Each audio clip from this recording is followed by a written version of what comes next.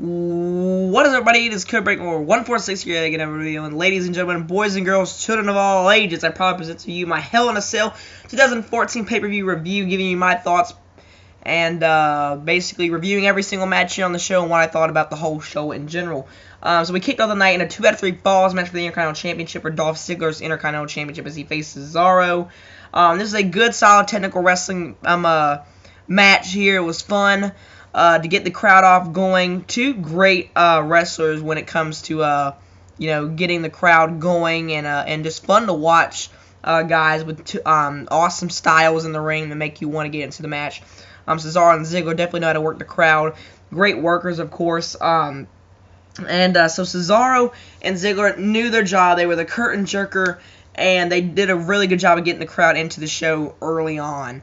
So yeah, Ziggler, I was really pissed off how, he, kicked out of, every single one of Cesaro moves. Cesaro had him going for the DDT, and Cesaro, threw him up in the air, and then it went in for an uppercut. And then, after that was 1-2 kick out. He's really, honestly acting like John Cena here, and that's what pissed me off. That's what kind of reduced this match, because it should have went to a third fall. I really do think so, and I think Cesaro just pretty much got punished for what he said recently, how he said he was sick of seeing Orton and Cena for the 500th time. He said that in a recent interview, and that might be why he might be put back in the doghouse, and hopefully that's not happening. And Ziggler said something. He said that any part-timer coming in or any legend's going to have to earn their spot, so Ziggler could be put in the doghouse soon. And his IC title might go away because of this. I don't know what's necessarily going on, but Cesaro lost 2 falls. But anyway, good fun match. Cool counters here and there. Awesome feats of strength by Cesaro. It's a fun match to get the crowd going on. Ziggler retains. Nikki Bella versus Brie Bella. The loser would be the winner's assistant for 30 days. Honestly, solid match. I would expect it because both of these two are sisters. My expectations, due to the fact that the storyline has sucked and is not that good at all. I didn't expect much, but I expected a little bit due to the fact that they were both sisters and they have good chemistry in the ring as a tag team and being together all the time. You think they'd have a good match, and they did.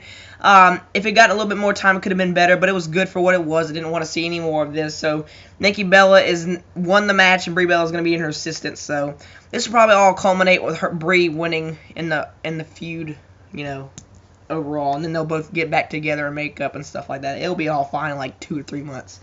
WWE Tag Team Championship match. Goldust and Stardust versus the Usos. Somewhat similar to their match they had at Night of Champions. Just a little bit different. Goldust and Stardust win the match after Stardust kicked one of Jimmy's leg, or Jay, I don't know. It doesn't really matter, to be honest, because they're both almost the same and identical, except the differences in tattoos and facial features. So basically, Goldust and Stardust pick up the W here, and they retain their tag team championships after Goldust hit the final cut. So yeah, Goldust and Stardust for the win, baby. Then we get to the first Hell in a Cell matchup of the night, the first out of the double main event. I'm going WrestleMania 8 mode when it was Sid and Hulk Hogan versus and Macho Man and Ric Flair. But however, Randy Orton and John Cena did not go on last, surprisingly, and good thing, because this match was just not fun to watch.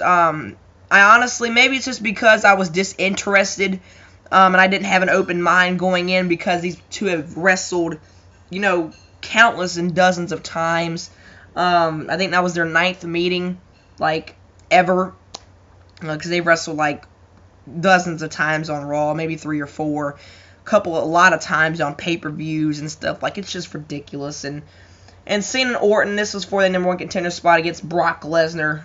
Will this be at Survivor Series? Probably not. They're probably going to drag this thing out until Hell in a Cell. Royal Rumble time. But I like to see it at Survivor Series and just finish it and squash it, and then have Orton get a match at Royal Rumble, which will be fine with me. But that's just my opinion, because I really wanted to see Orton and Lesnar. I think it'd be different. I think it would be slow, exactly like how this match was, but I think it'd be a fun match to see. But yeah, Orton lost this here. Both men kicked out of each other's finishers 2 times. It was ridiculous. They brought some hardcore elements in here, they had some table bumps and stuff like that, and they had some chair shots here and there. But nothing was crazy. Like, I predicted pretty much almost the finish, really. I really almost did predict almost the whole finish. And, but yeah, Cena picks up the win here. Just another one of their matches. U.S. Championship match, Sheamus versus The Miz. Sheamus retains here. I cannot wait to see Miz and Mizdow break up. Because Mizdow is just completely overshining and outshining The Miz on so many different levels. Miz's straight to DVD career does not pale in comparison to what Mizdow's stunt double can do. The crowd was chanting Mizdow is awesome, and Mizdow just has the fans with him right now. And I'm really interested in seeing where they're going with this and stuff like that. But anyhow, please get the title off of Sheamus, just please. Divas Championship match, Paige versus AJ Lee. Boring match. That's not popular to hear because Paige is so beloved amongst the YWC, IWC. And I don't know why. Paige is boring, not fun to watch. And yeah, she might be a great wrestler in NXT, but she's not showing me anything, to be honest. I mean, I watch NXT, but she's not showing me anything. And AJ, good thing they didn't switch the titles and made Paige a 3-time Intercontinental Championship. Hopefully we're not going with China-wise on this. We're going to stay with the Divas Championship, not go where China was. Because she was Intercontinental Champion, she wanted to do some extracurricular activities, which I will go no further explanation in. But anyway, AJ Lee picks up the win here. And Paige turns on Alicia, her bestie. It was dumb. Every diva is going to turn on one amongst each other eventually. Then the amazing main event, Hell in a Cell, the second one of the night, the true main event that, fortunately went on last. Seth Rollins versus Dean Ambrose. So the match starts off, Ambrose gets on top of the cage, and he says, "We're all going to hell." And then he goes and climbs up the Hell in a Cell wall and stuff like that.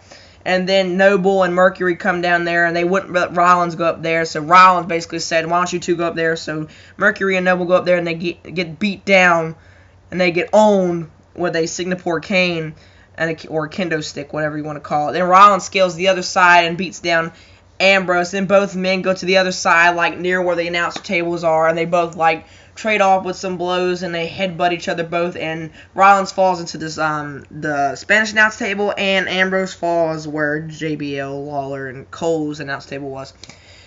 So after that, they move on to the stretchers and stuff like that, and then Ambrose stops it midway, then he gets off with the stretcher, and then right after that, gets Rollins on after that, and then he throws him into the cell, and then after that, slams it right back again. Then Ambrose closes the door, and then we finally have our match. I would have really liked to see this match go a lot longer than it did. I think it probably only went like 15 minutes. I think they gave Orton and Cena 25. It was ridiculous. It started at 9 and 9:30. If you were subtract entrances and stuff like that, that's where it lands. Anyway, we get along in there, and we get some cool weapons used. A chair was used in there. They almost pulled out a screwdriver in there. The storytelling was just great. They provided so many elements.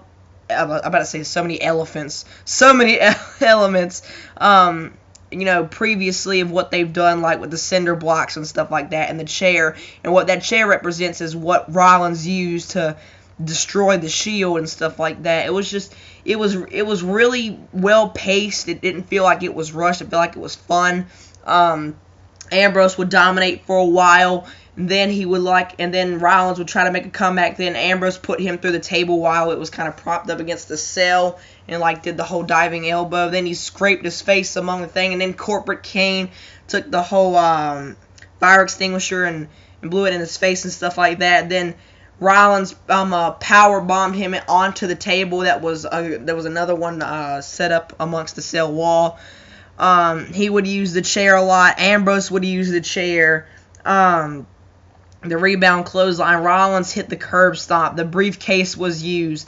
Then eventually the cinder blocks would be introduced, and Ambrose, he was going to curb stomp Seth Rollins for all his sins that he's committed to him ever since June, after Payback, pretty much. And then all of a sudden the lights go out. And then Wyatt mumbles something as he's speaking in tongues or something like that, and it was really creepy watching it live and stuff like that. And it was like, I don't want to say it because I would probably sound so stupid and corny saying it, but he was like, I have no idea what he was saying, but I remember what he was saying on the basis of it, but it was really creepy nonetheless. Then all of a sudden, after 5 or 6 times, after the crew was going to be setting this stuff up, let's just forget that they were setting it up and stuff like that because the moment was just awesome. Then we saw these lights on amongst the crowd. It was indescribable. And then they had the lantern. They had the smoke kind of going like this. And you still had Wyatt mumbling while this stuff was going on. It was really, really creepy. And then all of a sudden you see this hologram kind of appear, and like the hologram is shaking and stuff like that. And Ambrose looks like he's about to touch it. And then Wyatt comes out of nowhere, which we knew Wyatt was going to be there. Harper and Rowan were not there, so it didn't make Wyatt look weak. Went there and, well, somewhat did because he attacked a wounded Ambrose. But Harper and Rowan were nowhere to be found. They didn't do the whole static Wyatt thing. It was completely dark.